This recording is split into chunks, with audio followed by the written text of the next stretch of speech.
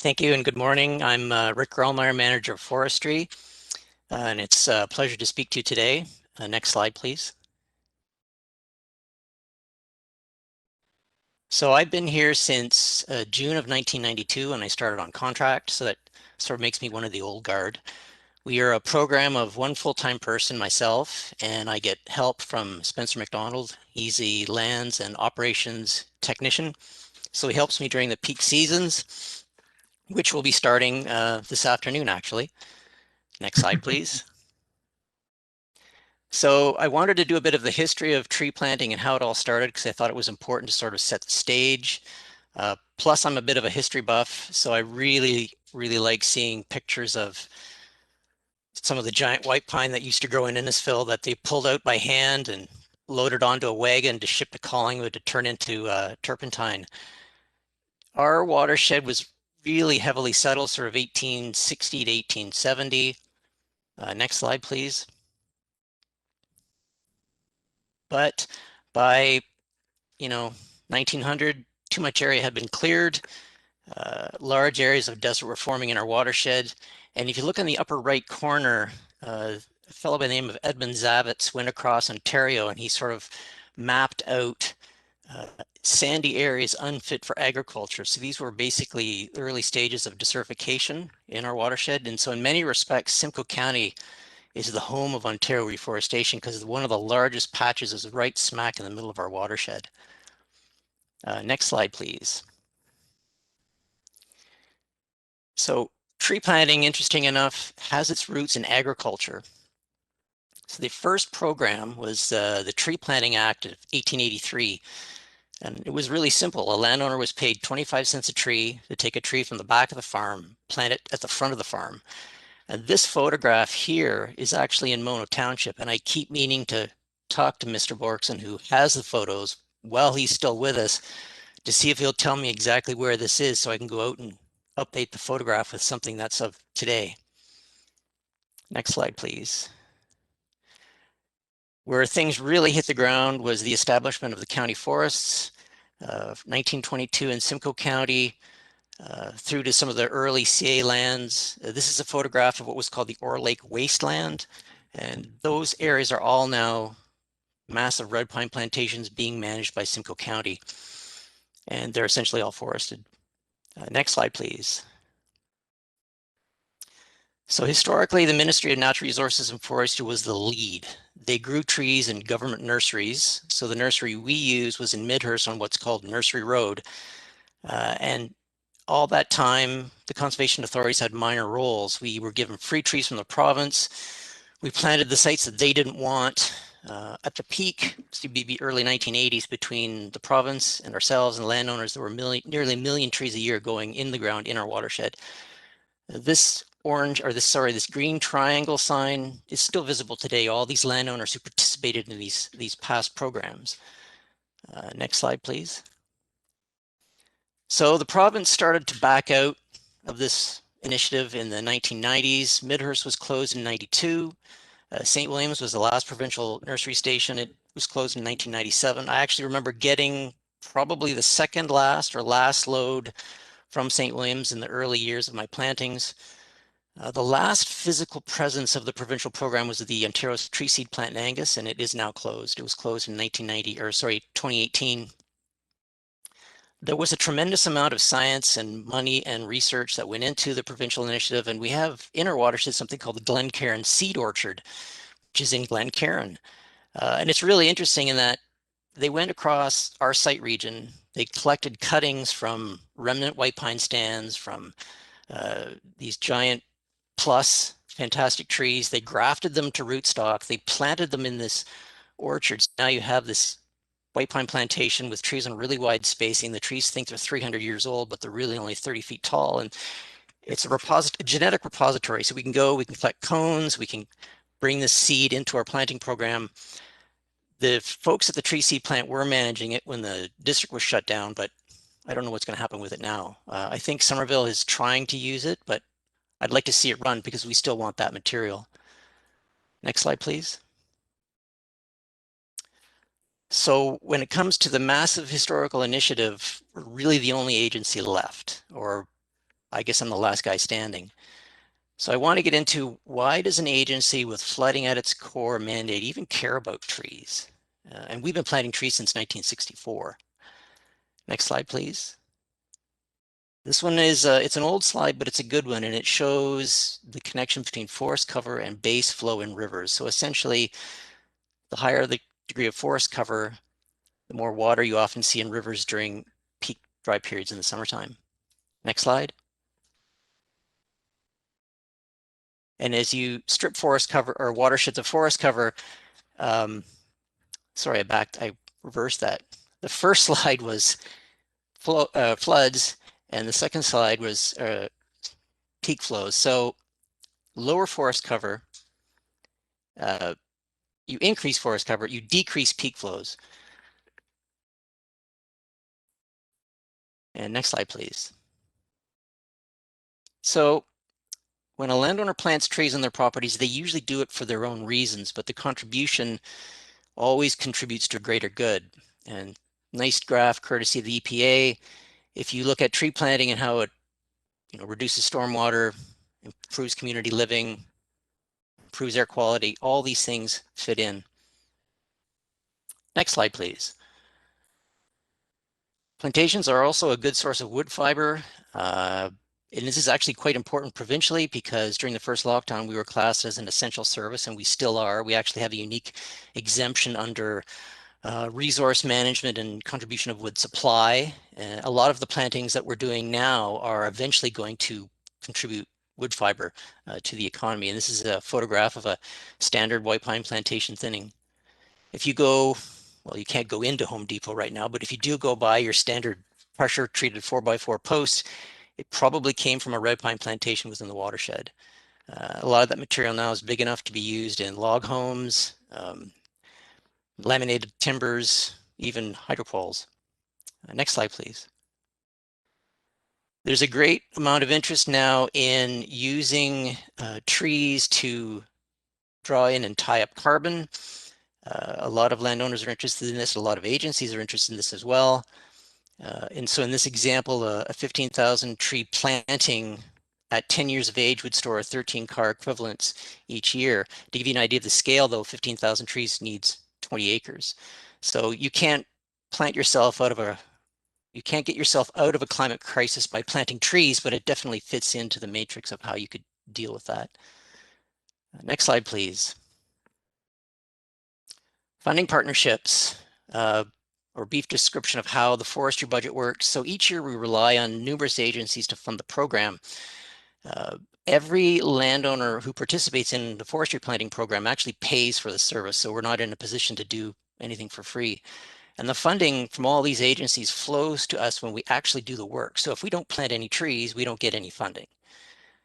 It's probably the single biggest reason why we help any landowner who wishes to plant trees. We have long-standing funding partnerships. Forest Ontario has been funding our program since 2008, and in the last 5 years, they've contributed nearly $1 million. We get money from Simcoe County through the forestry program, and I help manage it. So every year, the forestry department takes some of the revenue that they earn from selling timber in their plantations, and they give it to Lake Simcoe, ourselves, 2 stewardship councils, to help offset the cost of further tree planting in Simcoe County. Our longest running program, though, is actually from the town of Nottawasaga, and it's a simple little program. It's in the roads budget. It's only $3,000 a year, but that little extra payment allows us to offer a slightly better grant rate in the town of Nottawasaga, and we've planted trees in that municipality every single year since the year 2000. Next slide, please. So where do all these trees come from now that the province has basically paved over the nurseries? The trees are grown at Somerville Seedlings in Everett, so right smack in the middle of our watershed. We're involved in seed collection. So the photograph on the left are a set of tarps that we had placed under some black cherry to try and incorporate that into the program. Somerville grows trees to certain specifications that our funders require and that we have input on. We plant 13 species from 2 seed zones and 4 different stock types. All of those things are modified after 20 years of planting, so we know what works well for us. A great level of care is taken to select the best genetics and source of seeds, so that's very important. But this work does mean that, it can take 5 to 10 years of trial and monitoring before you incorporate new trees in the program. Next slide, please. The 2021 planting season, 94,000 trees on 29 properties in 9 municipalities. It sounds like a lot, and it is, but it's relatively low compared to some of the numbers in the past. We had 3 seasons over 220,000 trees. I always wanted to know what was too much, and 220,000 was too much. This is a much more manageable set of numbers. We have 2 crews that we use essentially to do the planting. On the left, we have our machine planter. It's a mechanized crew. It goes on the 3-point hitch of a tractor. The technology's been around since the 1940s, and a crew of 3 can do 5,000 to 8,000 trees in a day. Where we can't put the tractor, we send our hand planters in. That's the young lady on the right. A good hand planter will do 600 to 1,000 trees a day. Now, we have been outsourcing all of this since 1997 because in peak years, we need 2 machines. Each machine has 3 people in a pickup truck, a hand plant crew of between 3 and 7, and a backpack sprayer crew. So you need a tremendous volume of people and equipment all for a 6-week season, and it just made more sense to outsource this to planting contractors. Next slide, please. Streamside plantings have to be completed by hand because they're inherently expensive and difficult, but they're definitely a priority for us. When a landowner calls and they express an interest in tree planting, quite often they want a windbreak for the field, they want a windbreak for their house, they're just interested in growing trees. We can use grant programs to shift where we actually do the planting. So in this particular case is, well, you've got this old cow pasture in this ditch. Why not fill it with trees? We can tack on an extra few grants, and oh, by the way, that windbreak around your house then gets lowered in cost. And so that's how we can shift trees on the landscape. Next slide, please. So in forestry, we always work 1 year in advance. So all of the sites that we're about to start planting, we visited in 2020. As soon as we finish the 2021 planting, we need to start meeting landowners for 2022. And in fact, I will actually start doing site visits during the plant. So we meet the hand planters on site, I bring the trees, have a quick meeting, now distanced with masks on with the crew boss, do a few audits, then I'll meet another landowner in the afternoon. To plant 29 properties required nearly 50 visits because not all sites can be planted, not all landowners end up wanting to participate, but this is very much a landowner-driven program. So if landowners aren't interested, we're not planting any trees. Next slide, please. The fall is probably as busy as the spring, and it's all about monitoring and care of the trees. So every site we plant is monitored. It's required by the funders. The landowners need to know how their trees are doing. And I also consider it the right way to do the job. And we use these surveys to refine the program from what species work, what stock types work, what herbicide application rates work, do we even need to do a second application, and so on. So because we're doing 3 years of surveys in any given season, not only are we visiting landowners, but we're doing about 100 plus sites from the year we planted 2 years ago and 5 years ago. Some of our sites require post-planting care, and that's a service we provide for a fee because most landowners now really aren't able to do this. It's one thing to plant 10 trees in your front yard. It's quite another to plant 10,000 in your backyard. Next slide, please. This is a good graphic that shows a typical timeline for what you have to do to establish trees. You could use it for a street tree, you could use it for a windbreak or a large plantation. And we're involved in every single step along the way, from meeting the landowner, doing seed collections ourselves when we have the time, working with the nurseries to tell them what to grow and how to grow it, preparing the site, planting it, and monitoring it till we get to the point where the trees are big enough to fend for themselves. I think monitoring is the key in all this, and we try really hard to avoid what I call planting and walking away. It doesn't make a lot of sense to put a lot of effort into putting trees in the ground if you're not prepared to look after them and see how they're doing. Next slide. So I often get asked the question, why all the pine and spruce? Because if you stand on a hill and you look as far as the eye can see in any given direction, you will see a lot of pine and spruce. And I tell landowners that you always see the plantings that worked, you never see the ones that failed. And so there's a really good reason why you see all those pines and spruce, because they work. I was actually I am part of the Forest History Society, so it's a bunch of old guys that get together and talk about trees. Well, it's more than that, but they had a tour when they closed the tree seed plant and they cleaned out one of the sheds. They actually came across a booklet from a tour that was given in the late 1940s to promote tree planting. And we took that tour and we recreated it, went back to visit all those sites. And we got to see something called the Square Plantation. This is the second plantation ever established in Ontario, and it was planted in 1908 near a place called Orono, Ontario. This is sort of Northumberland County area, so quite east of here. Next slide, please. So our watershed is filled with plantations right now at this stage that you see, the 1953 white pine. They're not terribly attractive. They look like a monoculture. They don't look all that great. But next slide, please. They do change. So in forestry, we play the long game. That ugly white pine plantation at 40 years of age does turn into something pretty magnificent at 100 or 110. And so when I'm trying to meet with a landowner to describe this process, I like to say that in forestry, 30 years is nothing. Right? If you're unlucky, it's half your life. If you're really lucky, it's a third of your life. And for most people, give or take 10 years, it's the span of your career. But when you're doing forest management, it may be one or two interventions within a stand. So you have to take that really, really long view of what you're prepared to do or what you're interested in doing. Next slide, please. So the Arbor Day tree sale is how we try to reach the urban landowner. So the plantings that we do, because you only have one full-time person doing it, covering 3,200 square kilometers, we have a minimum area that we can plant.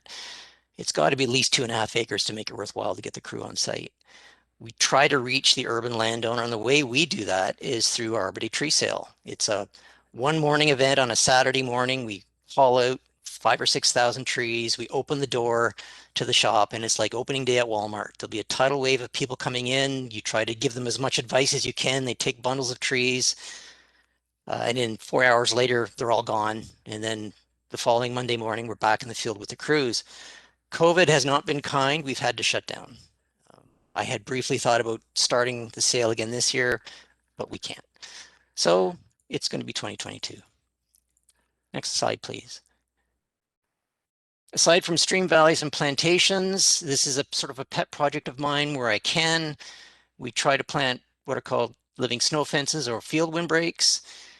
These are single or double rows of trees strategically placed to try and stop drifting snow.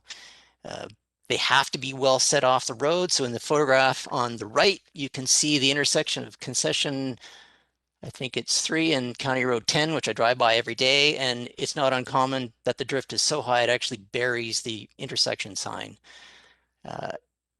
You can see on the picture on the left, though, that the proper place to put a living snow fence is about 100 feet into the field.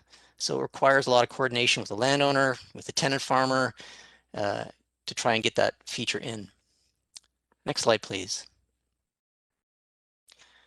So our managed forest part of our program is where we help landowners manage and care for their existing forest to maintain health and the watershed-wide benefits they provide. So we're trying to go beyond just planting trees to maintaining them, but to also help them manage forest resources that they have. Because, so in this particular map, it's one of our properties. Compartment number 3 is a very old, well-established hardwood stand, has great value.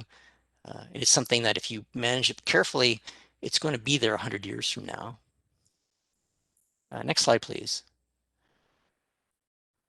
So aside from funding or sources of funding, some of the challenges we face today are the same as in the past. Drought is a common challenge. Drought-prone sites often require refill planting. Our part of the watershed, and I've tend to become obsessed with weather, being that everything seems to revolve around weather. And having a smartphone doesn't help, because the minute you think it's going to rain, I'm checking the radar. What I've discovered is that the situation in the Niagara Escarpment means that often rains coming from the west will split and go north or south. And I don't know how many times I've seen a forecast for thunderstorms and watched the rain go to the GTA or north over Georgian Bay. And in 2019, we had the exact same thing where A lot of the landowners we plant for live in Toronto. They're calling me on the phone, Rick, I'm getting all this rain. Is it great for my trees? Well, it's great for your front yard, but your trees, they're drying out. And the only way to get around that is to just keep trying. Next slide, please. Deer predation is a serious impediment across much of our watershed, and it often limits the types of trees we can plant. If you go to a property and you see what looks like a pruned hedge, that's the white-tailed deer browse line. Some places the deer population is so high that they'll even eat Scots pine, which is the photograph on the left. And it's probably the single biggest reason why we still have a conifer dominant planting, because hardwood seedlings are really difficult to establish. I tell landowners that, when it comes to species like silver maple, for example, it's almost like we dipped them in chocolate and then planted them in the field. They're really, really frustrating. Next slide, please. So this is something we're trying to struggle to deal with. And so, while I said some of the changes that we have now are the same ones we had in the past, we have a whole set of new ones.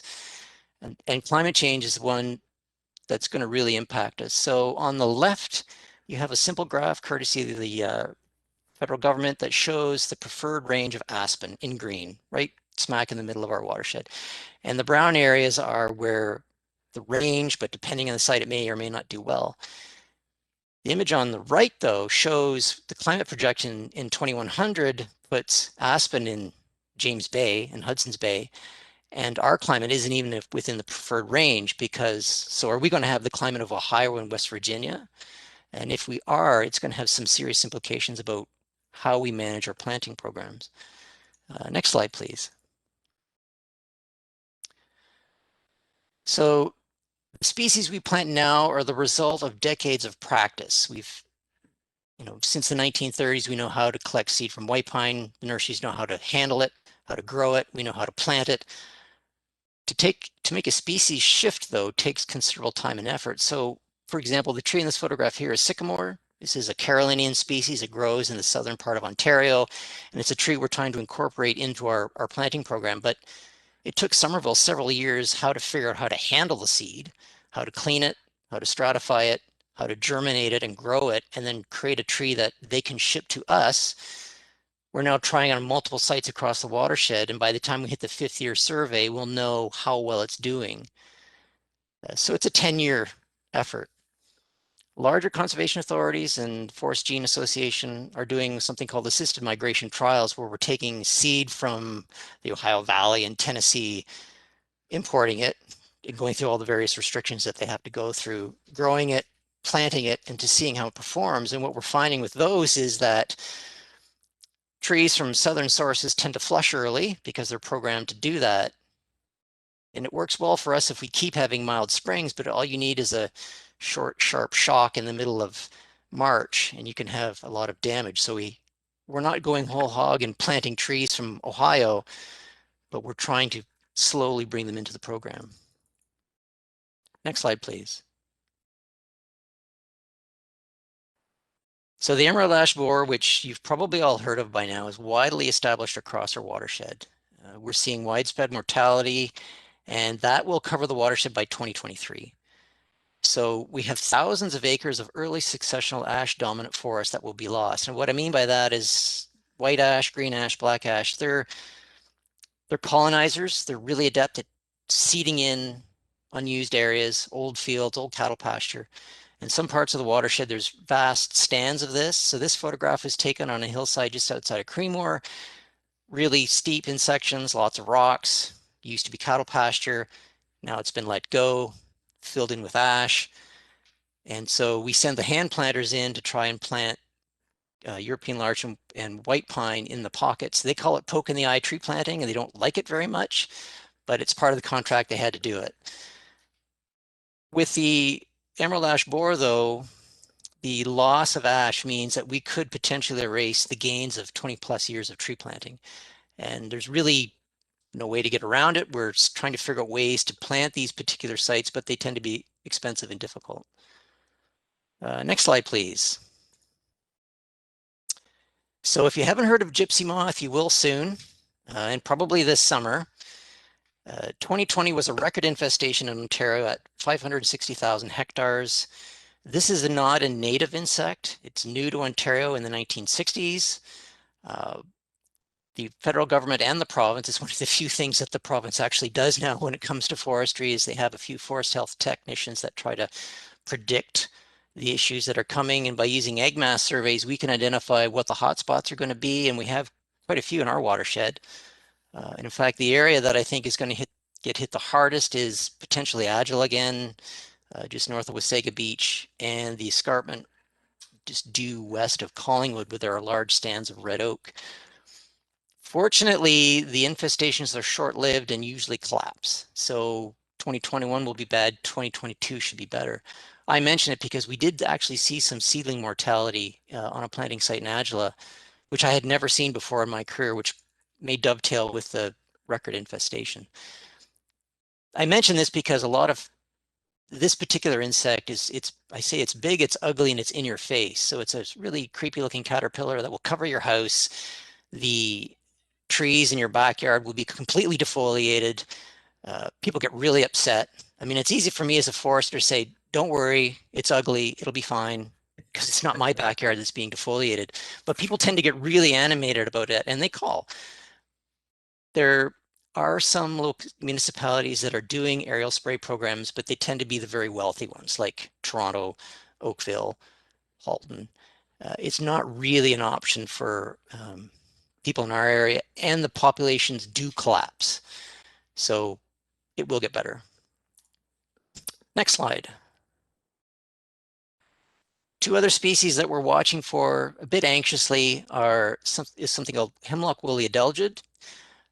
On the upper two photographs of your screen, this is it's an aphid-like insect. Again, it's an import. It attaches to eastern hemlock, and over a period of between 2 and 7 years, it eventually kills them. It's sweeping up through the eastern seaboard in the United States, and it's right at the edge of Ontario at Niagara. We're monitoring it. Hopefully, if it does cross the border and we find it, you can cut it out and sort of keep it at bay. Oak wilt is a bacterium. It's the two bottom slides. This is another thing that's causing us a lot of concern because we plant a lot of oak. Yes, we do conifer dominant plantings, but we are trying to incorporate more diversity, and bur and red oak are sort of keystone species for that. Both the oak wilt causes widespread mortality, and again, it's also right at the U.S. border. So with luck, we can keep it at bay and keep planting. And that, I think, is the end of my presentation.